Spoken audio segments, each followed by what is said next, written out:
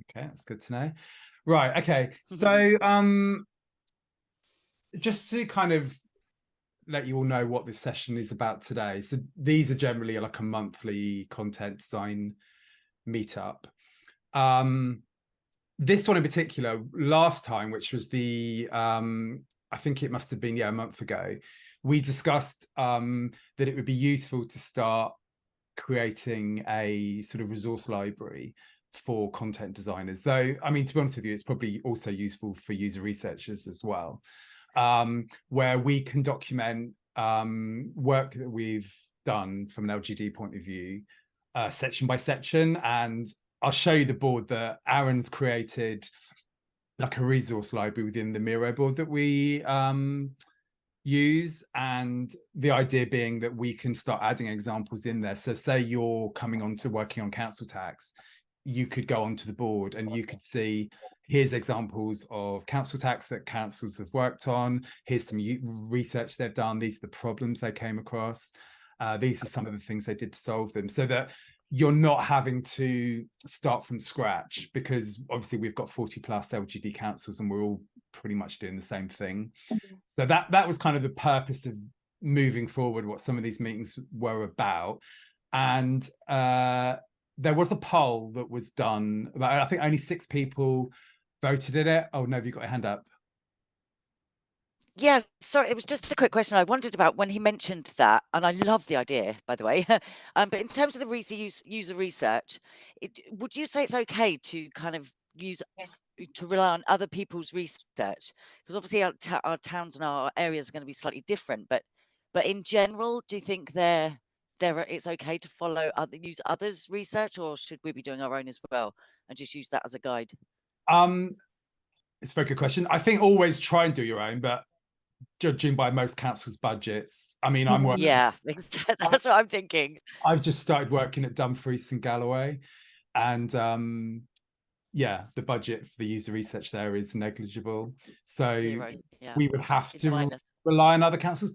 As an example, I'm going to show you. I'm going to show you a bit on parking, and streets and transport. But we did some work in Haringey on that. That doesn't obviously equate to Dumfries and Galloway, because Haringey and Dumfries and Galloway, I mean, you couldn't get 2 more diverse councils, right? So I completely hear what you're saying. I think you have to take it in the context of where you're working, because parking at Haringey was by far the #1 service, and everyone's obsessed with parking in Haringey. Nobody is obsessed with parking in Dumfries and Galloway. So what goes there doesn't go there. So I think you have to take it with a pinch of salt and extrapolate what you think is relevant, I would say. Yeah, there were even perfect. All right, thank you. Sorry. No, I was just saying thanks. Carry on. I was going to say there were some bits and pieces. I don't know. Can you hear me okay? Maybe I should put my headphones on. Or is it okay? I can hear you. Yeah, it's fine. Yeah. Even some bits and pieces from the local GovDrupal week last week that wasn't even specifically about user research, but came out in various bits and pieces where they were saying, oh yeah, we did use research and we found that people were struggling with the step-by-step that, you know, horizontally, and so we're doing it vertically. Those they can be really useful, especially if you haven't got the budget. But context, I agree, is everything. But like James said in the chat, it's nice to have a peek at other people's user research, because you can build on it, can't you? Another example, actually, I saw that Constance Rowe from Essex put in the Slack channel the other day about how key tasks were removed from housing because they did some user research. But I asked her and she said it was only specific to housing. Right. So it's those kind of like nuggets that, whether that is a specific Essex thing, but it's a good bit of information to know, because she said everyone was like blind to them and nobody was paying any attention to them. And that's kind of, I've never heard that before. So that was quite interesting to know that. But at the moment, it's just in the Slack channel. So if we can add that kind of stuff onto our board, anyone that's working on housing it's not Essex. Who does Constance Rowe work for then? I thought she worked for Essex. I remember her somebody saying that. Oh, Greenwich. Okay, she works for Greenwich. Sorry. That part of the world. But yeah, anyway, Greenwich. But if we can get that onto our board, it would be the kind of thing that anyone working in housing in the future something to start with and think, oh, that's interesting. Wonder why that's relevant to housing, that kind of thing, I guess. We did a bit of, sorry, I'm going off to very quickly, small nugget, but just when I remember hearing that and thinking that was similar to, we did some research. It was for our staff intranet, so it was internal, and it's using SharePoint, and the search was a nightmare. So we were like promoting certain pages at the top in a big box, and everybody was ignoring it. It was like they were just, you know, like how you go on a Google search and you just assume the top is like advertisers and you're sponsored. So they were just ignoring it. And actually I found that on the public website as well, with some residents, they were kind of ignoring some of those things that we were promoting to the top, because they were sort of just treating it like, oh yeah, but it's the advertising, it's the sponsored stuff at the top. It's amazing. It's like the opposite of what we're trying to do. They're like, oh, I'm going to ignore that because it's in a big box. What? Yeah, I guess it's a bit like a sponsored listing on Google, where often ignore them, if you know that that's being artificially pushed. Yeah, you just ignore it. I want to get the real stuff. Yeah, it is an interesting area because, anyway. Okay, so I'm gonna attempt to share my screen. Oh, share my screen. Okay.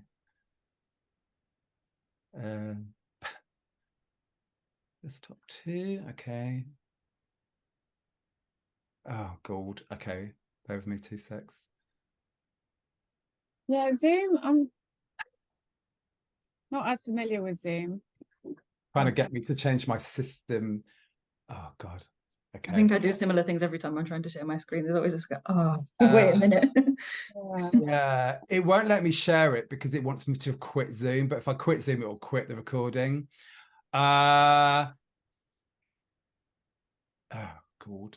Okay. Are you trying to share the Miro board? No. Well, I was going to share some various things, but it wants me to quit. I can't because Aaron's given me permission, and if I quit, I'll lose the permission to present anything. How annoying. Okay. Let me do. Okay. Oh, I can't. I don't know how to share anything. Let me try sharing something else. If it's not lots of things, could you share links and then somebody else could share and you just tell them to? Like, I don't mind doing that. Oh, it looks like it's working. Maybe. See that? Oh, you can see that, can you? Yeah. Yeah, that's working now. Can you see like a screen which says Cumbria Council and streets, roads, roads and pavements? Okay, it's working. Okay, hallelujah. Yay. Yeah. So I'm just going to briefly talk. Yeah, Cumbria blog. Yeah, Cumbria blog. That's it. I can see that. Yeah. So I'm just going to briefly talk about a bit of work. So I did this with Will. You will probably all know Will Callahan. He was like delivery manager at Cumbria when I was there. Cumbria doesn't actually exist anymore. Well, Cumbria does exist, but Cumbria County Council doesn't exist anymore. But but I did this last year. So I was just going to briefly talk to you about a bit of work that we did. This was part of our alpha there. And the reason I'm starting with this screen is you can see initially on the left, the section was called highways. And that's basically what it looked like. And on the right is what we turned it into. So it became streets, roads and pavements. So I just wanted to start just by showing you that. Can you see my Miro board? Yeah. Okay, cool. So I'm just going to quickly whiz through this. So in terms of how we approached it, this is kind of the Miro board that I used. So there was quite a few things that we were looking at. There was 20, so they had 21 top level sections in highways. One of the key things was what the word highways meant, because it was called highways. You won't be surprised to learn because the department was called highways. And one of the biggest problems we had was that they didn't want to change it because they were the highways department. So one of the things we looked at was some of the terminology in this section. So you can see this bit here where it says ideas for research to test. So we tested, and I'll come on to how we tested it. We tested the words highways, footways. Again, footways was another word that they were very like, oh, they're not pavements, they're footways. Another thing was they had something called vehicle access requests, but in actuality, they were drop curbs, which most people, well, in our view at the time, was most people calling drop curbs. They also had things like traffic regulation or just section 28 orders, and words like the asset management program, capital program. So there's various things that we tested. It was full of PDFs, as you can imagine. Most of the maps and things were in PDFs. And what else did we look at? There was things like weather cameras was a big area, particularly because it was a rural county. So you wouldn't get this probably in Haringey, but in Cumbria, the weather camera page was the #1 page in the entire site, because people were obsessed by looking at these weather cameras and before they went out, and they were just static shots that were kind of updated every minute, but people were always looking at these weather cameras. So that was a part of it. So yeah, this was the IA that we mapped out initially. So you can see there's when I said there was 21, there literally was 21. These yellow here, this was the top level. And then we basically created a new IA here. One of the things I was going to mention was what I have found useful when I've been doing this in LGD is you can see here that it has this key. So as we were looking at the new IA, we were mapping the existing pages and any new pages against the new content types, so that within here you could clearly see what was the service page, what was the sub-service page, what was the guide, and what was the step-by-step. And I'll briefly show you a couple of examples of what we did as well. There was a whole thing about what was missing, because there was loads of stuff missing. And also at the time, Cumbria was a 2-tier authority, was now it's split into 2 unitary authorities. But it was really confusing because I don't know if you work for any 2-tier councils, but things like bench maintenance and rubbish collection and street sweeping were done by district and borough councils, but rubbish collection was done by the county council. So people got really confused as to who did what service. It's not a problem there now, because say they're a unitary authority, but there was quite a lot of stuff missing. Like there was no stuff about littering or graffiti or street cleaning or dog fouling. I won't go through all this, but this was all the stuff that we found that was missing. Then we did a whole load of stuff on search about how if you put in certain search terms, they basically didn't give you any results. This was some of the user journeys we did about like here's an example here under road closures. Like if you put roads closed in Barrow or roads closed in Carlisle, nothing was indexing. So we were kind of, the locality searching was something we looked at as well. And well, it's best this images. Yeah, so anyway, that was basically the kind of what we were trying to test in terms of I was just going to show you this as well. So one thing we did do there, and I think we're going to try and start doing at Dumfries and Galloway, is kind of blogging about some of the stuff that we are working on. And when we come onto the Miro board about the resources, I think Aaron's already put these in, but we did some blog posts about the work that we did. So I don't know if any of you have ever worked with a user research company called Telltale Research, but there's a lady called Alexandra Clark who runs it, and she was employed at Cumbria to help us with some user research. It was particularly useful because of the terminology changes. I think if we hadn't had this user research, the head of highways wouldn't have accepted us changing it to highways, because we both gathered evidence to say, you know, highways wasn't really a term that people understood, or lots of people had very different varying views on what a highway was. So I won't go through this now, but I say when we look at the board, you'll see that there's already a link to this on the board. But Alexandra wrote this post where if you are working on streets, roads and transport, you might want to take a bit more of a detailed look at it. But it talks about kind of a survey that we did, and then some interviews that they did with people, and there was specific kind of design content and UX things that they were looking at. So yeah, this was what we were looking at before about the design. So they looked at the design. What else did they say?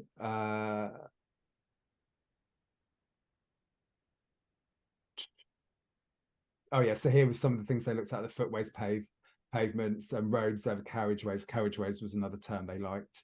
And then apply for a drop curb over vehicle access requests.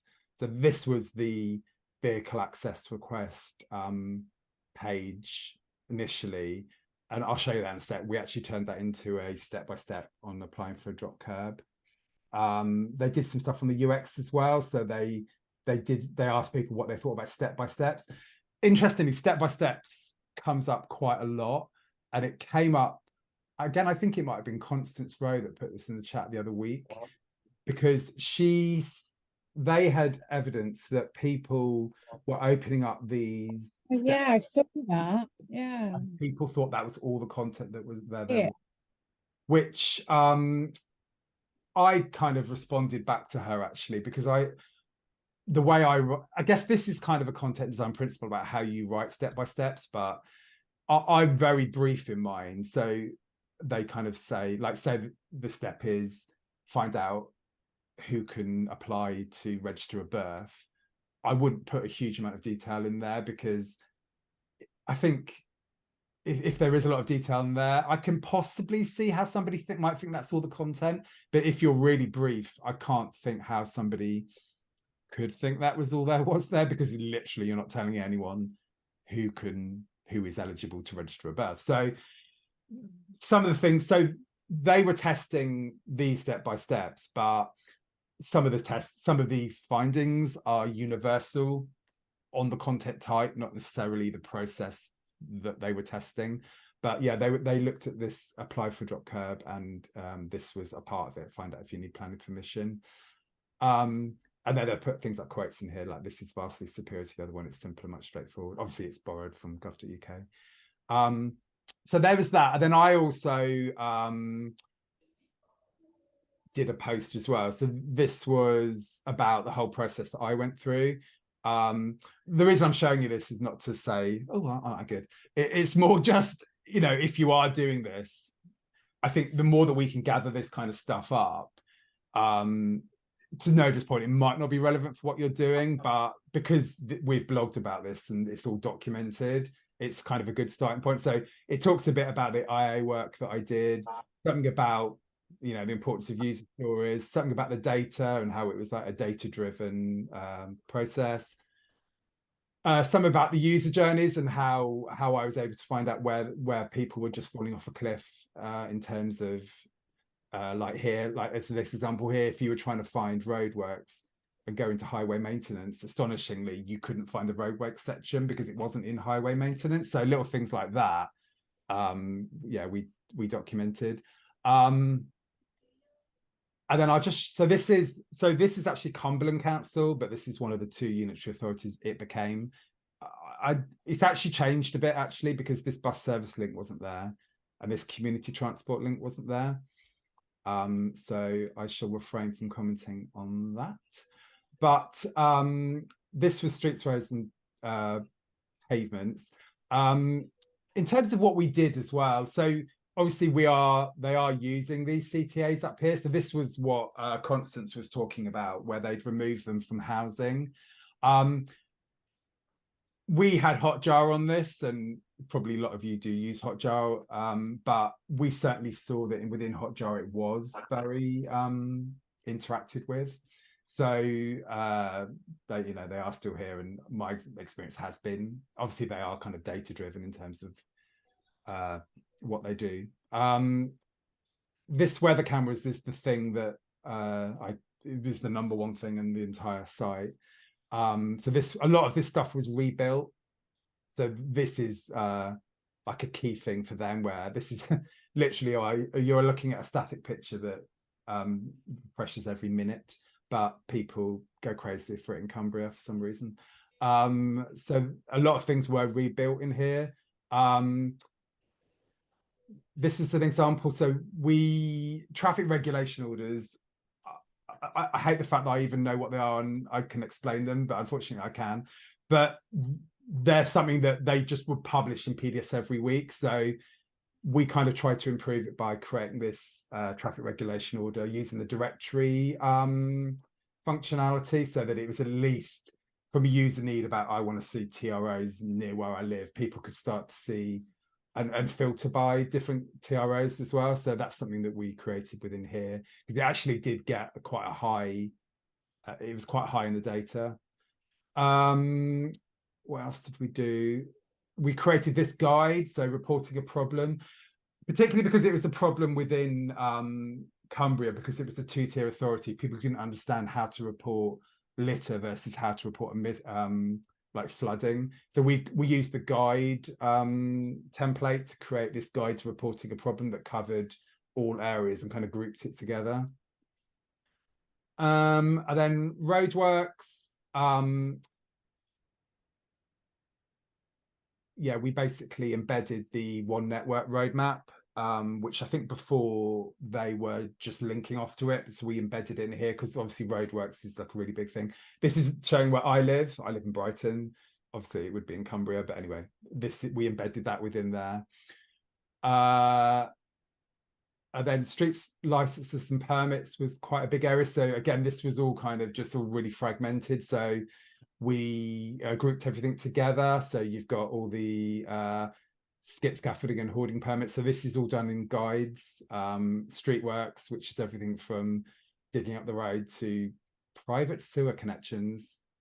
And then this one is placing things in the street. So we kind of use the guides to group everything together. This was the step-by-step I mentioned. So this previously was the PDF. So we basically turn this PDF into a step-by-step. So find out if you need plan permission, find a contractor, submit an application after you apply.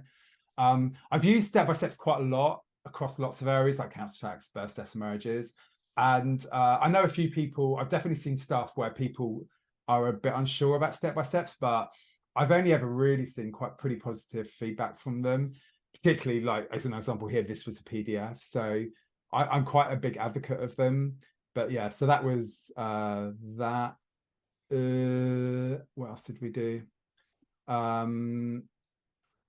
So yeah, we create a guide to searches. So this is kind of when you're buying somewhere, like how you get a search. And then it also has a few maps, like it has this. A lot of this map stuff was in either third-party systems or PDFs. So this is like a network map of all the maintained roads within Cumbria. So we tried to make use, because obviously within streets and transports and roads, mapping is really important. So we tried to create as much sort of mapping as possible. What else did we do? And then, yeah, finally, we just had this kind of vehicle section here. And then pavements was the other section where you could report a problem, and then street lights, pedestrian crossings and traffic lights. So yeah, so that was a very quick overview of what we did there. Oh yeah, Nova's got a hand up. Go for it.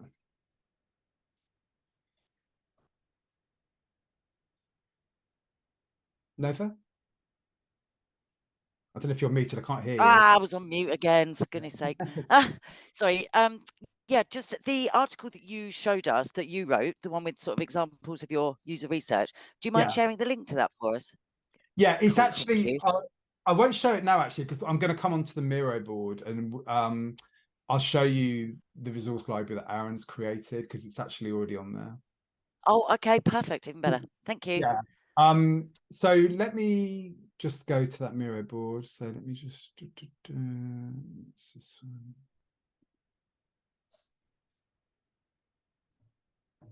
Oh, I clicked on the wrong one.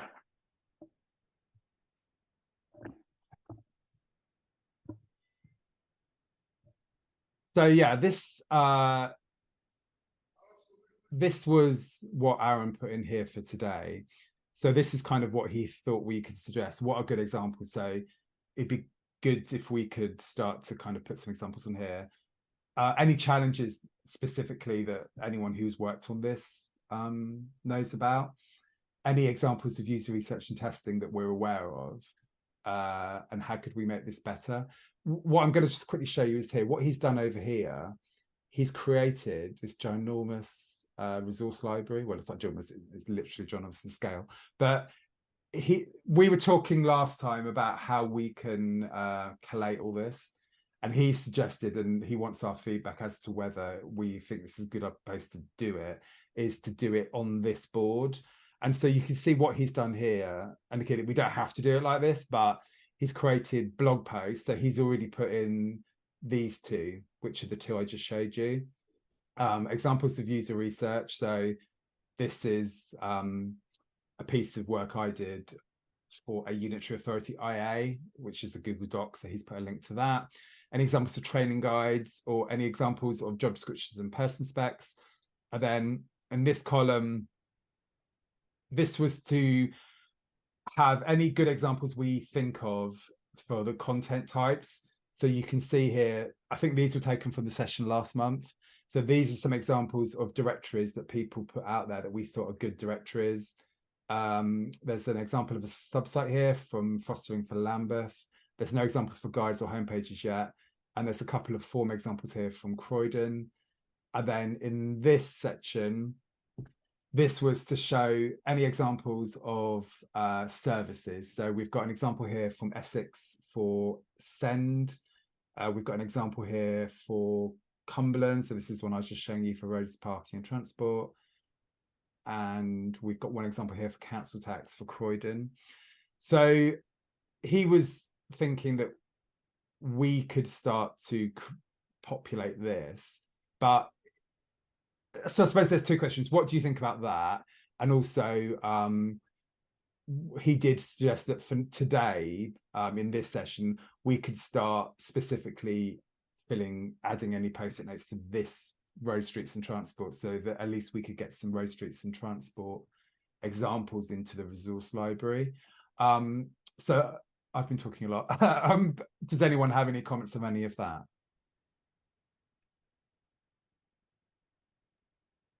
Does anyone think that resource library is useful? Like, would you use it? I think so. Yeah, interestingly, hi Ben, by the way. Hello. Oh, you were there. My colleague Greg was asking the other day, he's working on the road, streets and travel section, and he was asking the other day in the group chat for good examples. Was it for that one, Greg? I think. Yeah, I think it was, because there's been some. Yes, I think it was. Yeah, more broadly, but it was for streets, roads, and travel content for guides. Yeah. So I think that's really useful, because I think we all do our own benchmarking and go around to different councils and have a look and see what they're doing. But if there's examples of really good sites that have done it really well, that would just be really useful. Yeah, I think with content types as well, because some guides are just findings are universal to all guides or all step-by-steps. Like I mentioned, the research that Telltale did, the step-by-steps, it was validating that as a content type, really, more than anything. So I could add some stuff in there under step-by-steps. Or as an example, that stuff that Constance did could go under step-by-steps as well, because it is specific to housing, but it's also specific to step-by-steps. But I guess the main thing is it kind of is only as good as our contribution to it. So I suppose it's just something that whether we could do it in this meeting, or whether as you're working on something, you could add it in here. I guess the harder thing is user research, because unless you write up user research, you can just put an example to a section, but unless you kind of blog about user research or record something, it's hard for someone to then see what the user research finding was. So I mean, do any of you blog? Do any of you, as a digital project, blog about the work that you're doing? Got it in drafts and haven't published anything. Hopefully. Yeah. So I think if anyone does blog, there is obviously there is this blog here that we could add some stuff. But for now, just because we are kind of talking about streets, roads and transport, does everyone have access to this? A link? Shall I put the link in? Yeah, I don't at the moment. So yeah, Yeah, no, me neither. Link into chat. God, I hate bloody Zoom. Where's chat gone? I just added it because I just found it on the Slack group. So oh, we both did that. Yeah. Oh, okay, that's a different link. Yeah, it's a different link actually. I wonder which one's right. That's weird. Yeah, maybe I didn't. Yeah. Ooh. Oh, Well, hopefully okay. we'll I make this just work. yeah, ignore mine. But has anyone done work on streets, roads and transport that is anything you want to kind of mention that was a problem or something terminology wise or IA wise that, I mean, I say we actually, and also just to go back to what I was saying about highways, the highways, footways and carriageway stuff, I'm very happy to say we won the argument on all of it, because the actually there is a third blog post where they detail the findings. Actually no, I think they did it on a Miro board actually. Oh yeah, it's this one. Yeah. They used a tool called, I don't know if you ever used Optimal Workshop, but they used Optimal Workshop, and it pumps out these tables and graphs, and these tables and graphs were the scenario testing and the results. And so using that was basically how we were able to then go back to the head of highways and say to him, nobody understands what you're talking about. Well, not him literally, but your department. And I think without that, we would have struggled to win the argument. So yeah, I think the terminology, because you know, streets, roads and transport is obviously a lot more indicative of the content. So sorry, Ben. Sorry, what was that research that you did just there that you showed us? I didn't that quite was catch how you came up with that. Yeah, so that was Telltale Research did that. Okay. Okay, right. So they basically did some scenario testing and interviews. So they did interviews one-on-one with people, and they did scenario testing with questions, and it was looking at where they were going, and then they were also asking them questions about what do you think a highway is, what do you think a footway is, what do you think a carriageway is, and some of them were hilarious, some of the answers. I mean, I don't think we got the same answer twice, quite frankly. So that was basically that level of qualitative and quantitative research. Without that, as a content designer, I would have really struggled to, I think I could have showed them the data and said, well, people are going here and there. But in terms of the terminology, without that user research, I think there's a fair chance we would have ended up with the highways. I also did some sort of peer research as well. So I nearly always look at what other councils are doing as well. And some other councils did actually call it highways, but most didn't. So by bundling all that research evidence together, he didn't really have a leg to stand on in terms of, and because it was clearly meant to be a user-centered design project, you know, he kind of had to listen to what the users were saying. So that board I was showing you was just the outputs from Optimal Workshop, which they put together. Sam. Great, thank you. Yeah, I was going to ask if you had, this is based on a little bit of my experience, but did you have any like overlaps with parking? Because we've had some stuff like that in terms of It's interesting actually, because I'll come on to Haringey actually, because Haringey is a very good example. So parking, I don't see, yeah, at the moment it's called parking, roads and transport, and then you've got streets, roads and pavements and parking, and then ignore these other two. But I know in Haringey is top level because it's the #1 service. So in Haringey we split it out.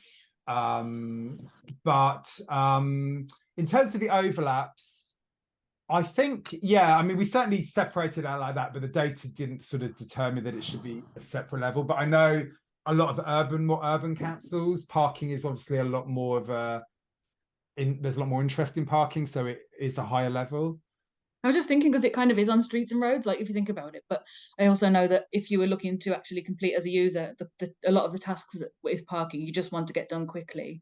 Yeah. But also thinking about the fact that in our team that we have a situation with like the freedom passes and the blue badges are both managed via the same, I think, links, and we're trying to work out where to fit those now. Like, you know, should we keep them through that? Basically, we're moving some into parking and some into streets and transport, I think. Okay. So yeah, it's just thinking about, wanted to ask if you'd had any thoughts on parking from any of those comments. Really.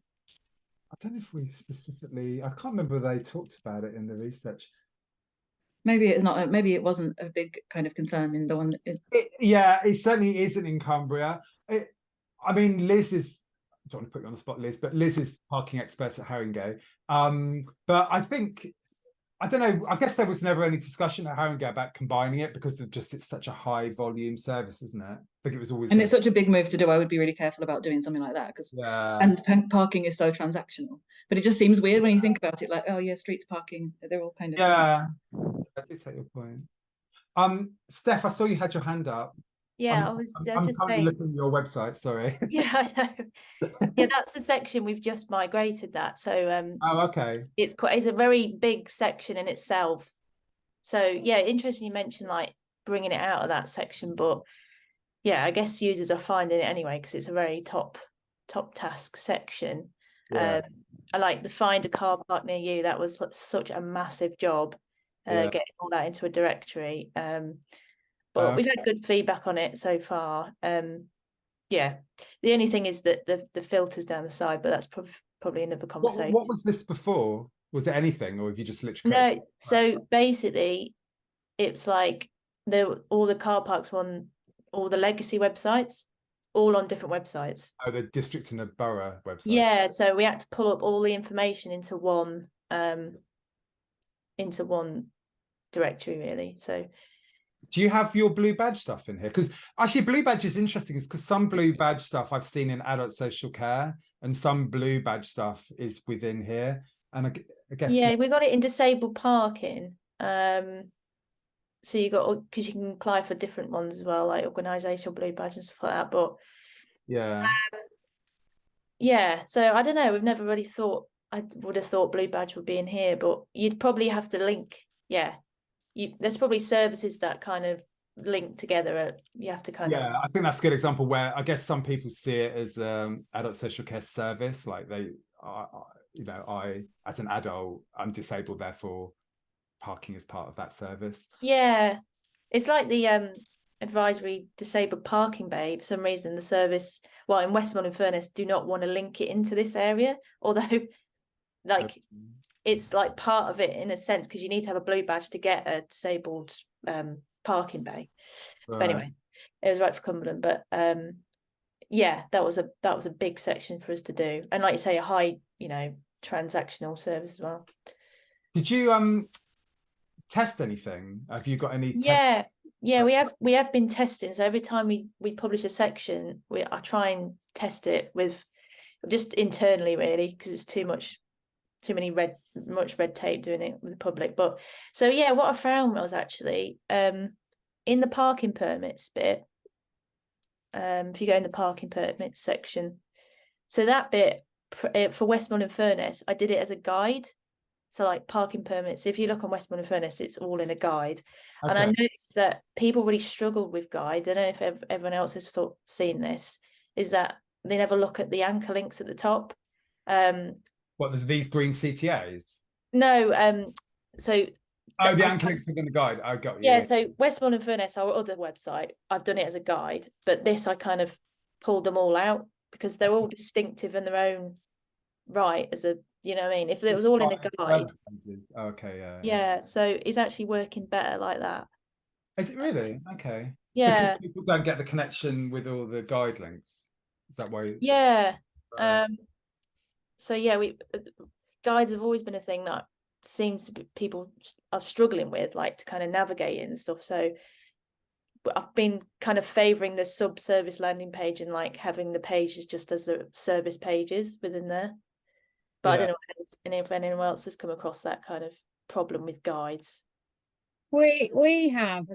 We sort of launched when we redeveloped our website. We kind of went full blown into everything's going to be a guide. Well, not everything's going to be a guide, but we were very excited about guides, and it hasn't really panned out. And we've been slowly like stripping them away and just building longer pages. And I don't know, it seems to we've definitely moved away from guides. We do have some, and some of them work fine, but yeah, we have struggled.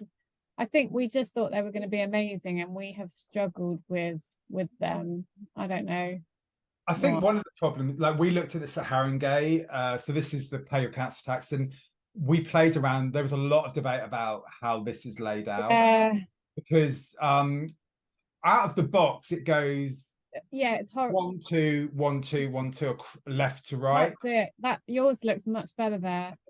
We basically had some user research that we were doing sessions with people. People were not understanding the hierarchy. Yeah. And also this is more in, I think, the GDS style, where it's stacked like that. So we changed it to this across all guide types within Haringey. I don't know, Liz, has there been any more feedback about whether people like this? But I think there was a lot more internal feedback that they preferred this way out. That looks much better. Yeah. I mean, I think like Maria, we were very excited about guides, but they just didn't like fulfill their promise. So yeah, we've changed this. And also the other thing that is in the pipeline that I think we're going to push out for general release is we're copying something that is on some of the NHS pages, where you've got the H1 there, pay your council tax. But we found a lot of people were getting confused because they would say click on pay online and the H1 didn't change. So they were like, where am I? Am I still on the same page? What's happening? So now what's going to happen is that the H1s are going to sit underneath the H2s, if that makes sense. That actually it looks like it's already. Is that bad for accessibility? Doesn't that mess up the accessibility of the page? But if you put H1 under H2, doesn't that then mess up the accessibility of the page for screen? It would do if that was the way that it was done. It's just the kind of the way that we're moving it, but it's still going to be accessible, completely accessible. Yeah. Yeah. Okay. Sorry. It's just my instant thought. Yeah. No worries. So then what would happen is it would be pay your council tax using online payments, and then the council tax thing would be underneath. But yeah, we're going to bump that up. This is the more out of the box version that that's what we have. It pushes it left to right. I think the horizontal version, in terms of, I think people trying to associate this connection between it all. I think I find this is less effective, but I think guides are definitely a work in progress, because I think guides probably get more comments than anything I've ever come across. Steph, you've got your hand up. Was that an old hand up? No, it's a new hand. Yeah, we've been discussing like how we use guides, because like, you know, I would think that you'd use it for going through a process, but then I suppose you've got step by step as well. But like, yeah, I kind of favour the kind of subservice landing page if they're distinctive tasks within their own right. They don't follow. You could just do that without thinking about all the other bits to it. Yeah, I suppose in a guide though, it's all in one place instead of having to go back to the subservice page every time. It's all within. Yeah, it creates more of a connection. Like if you could create one page about direct debits, one on online and one other ways to pay, but you lose the connection. You have to go back again. So I suppose that's the benefit of guides. Okay, just going back to this. Has anyone come across any other councils, LGD or not, that we could add on to here? So I'm just thinking, in the last 15 minutes, could we start to think about what we could add here that we like? I mean, the things I've showed you are already on there. So are there any other councils that you know, or you personally work with, that you've done this already? You think your council is a good example of this that we could add on to here?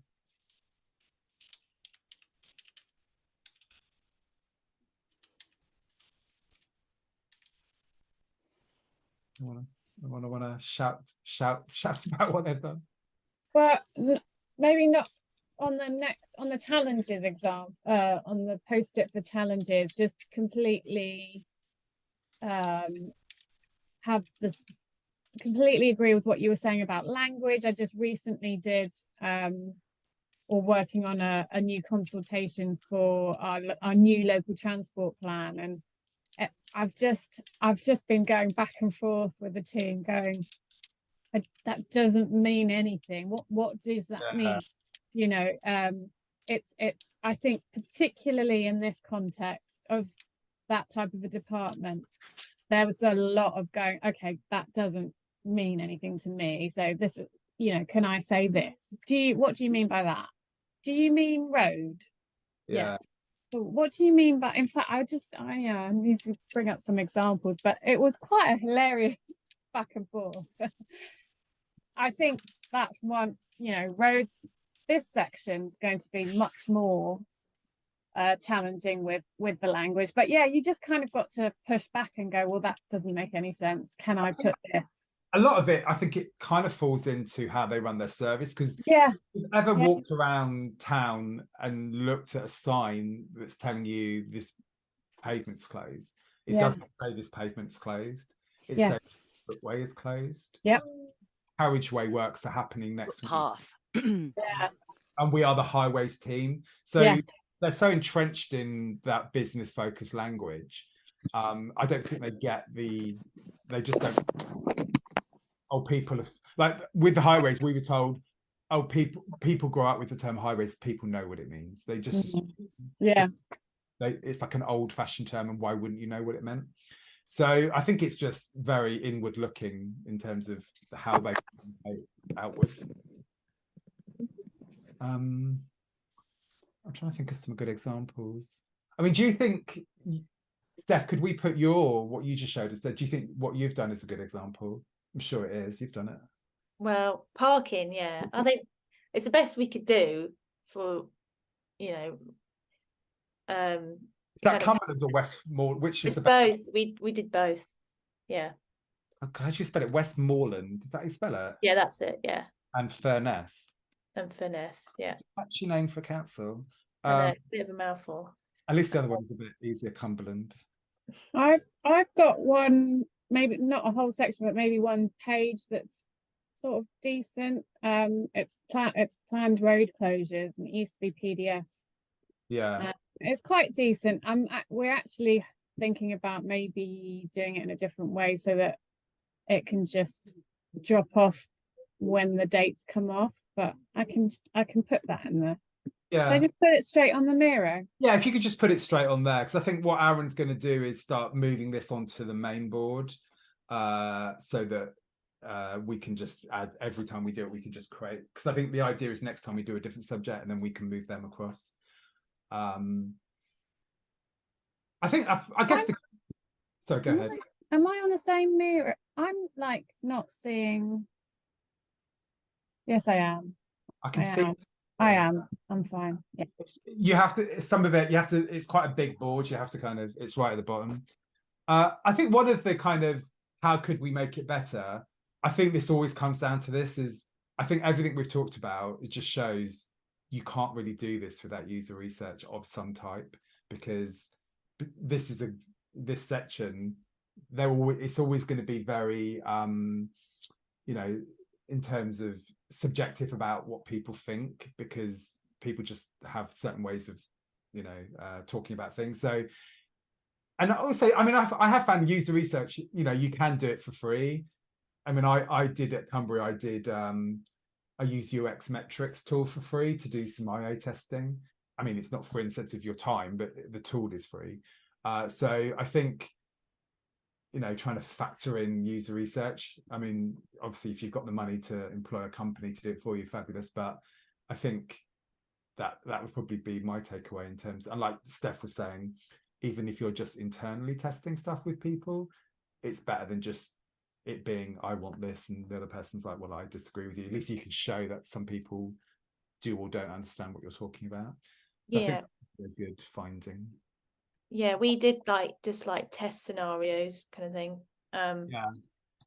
But I'm trying to get the team to kind of regularly look at top tasks and just do user testing now and then on those as well, every like 3 months or whatever it is. Yeah, just kind of keep testing the website all the time, because I think it's really important too, because you kind of go, if you just look at metrics alone, it doesn't really tell you the full story. or even just having like Hotjar. Like I've just managed to persuade Dumfries and Galloway to buy Hotjar, even though it's kind of expensive and they've never used it before. But even just having that level of view of what people are doing, it's such a better view of just getting some Google data, particularly because we're right at the beginning of the project. So to do it's on both the old site and the new site, so we can start to show how differences of behavior. So I think, you know, how could we make it better? I always say to any council I work with, if you can afford Hotjar, get it, because I find it's like at Haringey, I used it to identify problems with a council tax lookup, which we never would have known about before, because I was watching recordings of people struggling again and again and again to find their postcode, and we found that because of Hotjar recordings. Nova. Yeah, so we've got Hotjar at the moment, but they are talking about getting rid of it because we're using this new Microsoft. I've forgotten what it's called. The new does similar, like it has heat maps and things like that. Does anybody have any opinions on whether it's as good as Hotjar? What's it called? Never used it. Microsoft. Damn it! I've got to try and remember the name. Is that where you're using it? Well, it's included in our package. That's why. So we're not paying extra this way for Hotjar. We're just a bit tight at our account. Yeah. Sometimes, I mean, as an example, when I was at Haringey again, when they tried to get around using Miro all the time, and everything was just like a terrible version of Miro. And I don't know whether that would be the case of what you're talking about, whether it's just a less good version of Hotjar. But Clarity, that's the one. Microsoft Clarity. I was going to say, is it Clarity? Yeah. Yeah, thank you. Yes. I mean, if it does, Anyway, it does what Hotjar does, then yeah. Yeah, I just wanted to, I haven't gone into it. Someone else works on that, but I just wondered if anyone had opinions, because if it wasn't as good, I'd try to encourage them to keep Hotjar based on this conversation. The only thing with Hotjar, obviously, it's quite limited. Like, I think Dumfries are paying $80 a month, and it's only recording 16% of traffic. Yeah. On the free version, Yeah, it's very true. 2%. So I don't know whether it's the percentages, because without the high percentages, you don't really get the validation around the confidence in the data.